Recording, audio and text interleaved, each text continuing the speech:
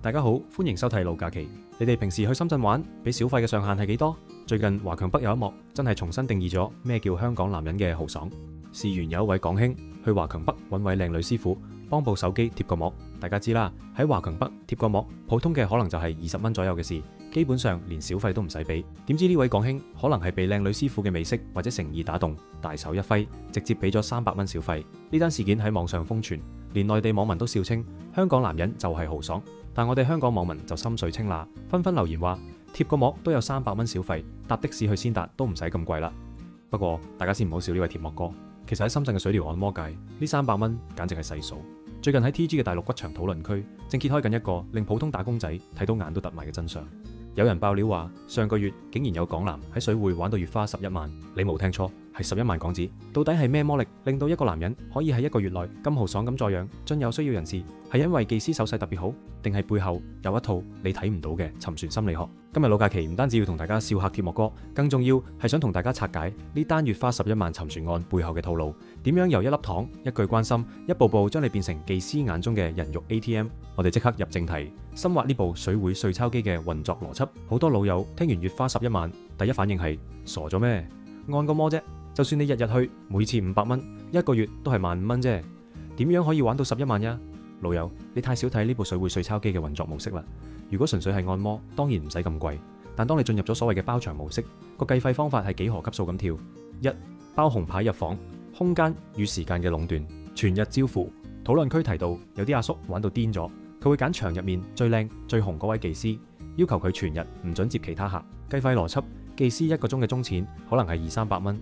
如果你包佢24小時，計埋場地費同所謂嘅買鐘錢，一日嘅開支已經可以去到5000蚊，甚至更高。如果你一包就係幾日，甚至1個月入面有一半時間都係咁玩，呢度已經係7到8萬蚊。2. 小費與私鑽，無底深潭嘅開始。豪客心態好似華強北貼膜哥咁，當你覺得個女仔好正好識做，你俾嘅就唔再係幾十蚊小費，每次入房一俾就係500、1000，甚至好似截圖所講，送禮物、送黃金、私下轉錢、情緒日價。呢啲錢已經唔係買服務，係買緊一種虛榮感。你覺得自己係老闆，係大爺，覺得全場最靚嘅女仔只係屬於你一個。呢種感覺對於一啲喺現實生活中缺乏關注嘅阿叔嚟講，係一種極大嘅毒品。3. 充值陷阱。點解11萬只係開始？高額預付，網友分析得好啱，我覺得係充值嚟嘅。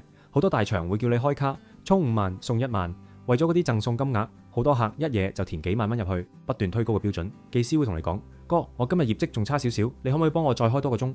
或者我中意咗嗰對名牌鞋好耐。當你開始將佢當成女朋友，你嘅錢包就已經唔再屬於你。4. 港客變水魚嘅現實。大家睇睇嗰張圖，內地網民笑得幾大聲，啲大陸仔已經笑緊班港佬戇鳩，港佬玩貴晒。喺佢哋眼中，香港人落去係錢多人蠢。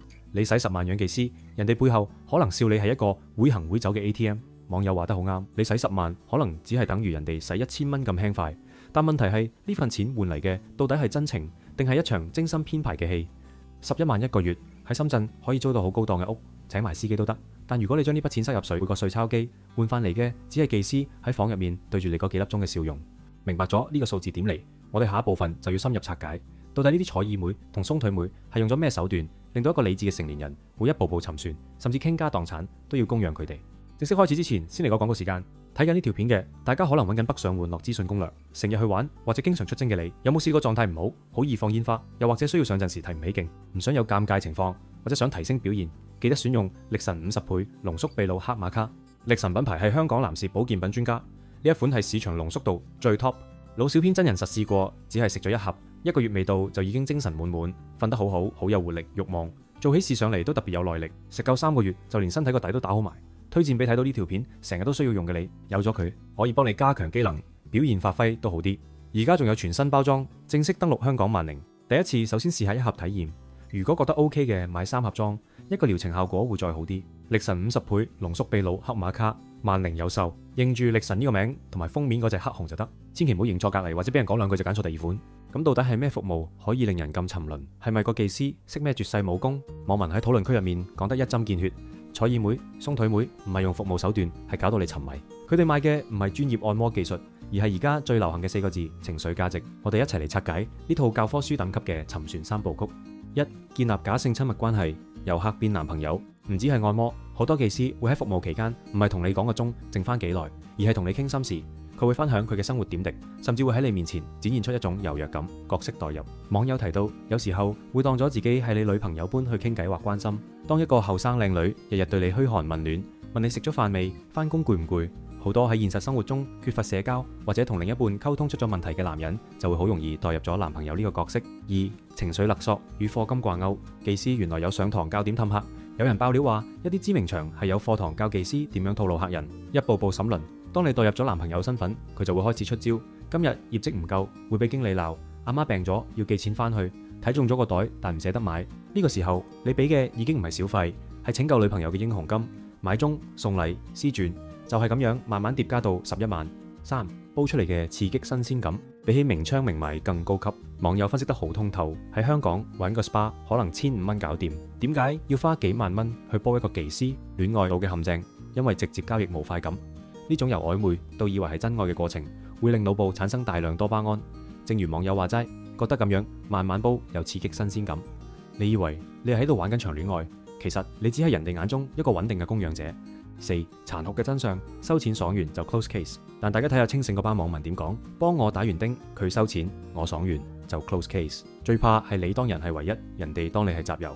甚至有網友狠批呢啲技師背後可能有成打男朋友，每個人都以為自己係最特別嗰個，每個人都幫佢供緊一部分嘅首期。老友，如果你覺得嗰300蚊甚至嗰11萬買到嘅係初戀嘅感覺，咁我無話可說，畢竟千金難買心頭好。但如果你以為嗰個喺房入面同你山盟海誓嘅女仔真係會同你白頭到老，咁你就真係太天真。最後一部分，我哋就嚟做個總結，點樣可以喺呢個充滿套路嘅水療界做一個玩得精明，唔會亂課金嘅老司機。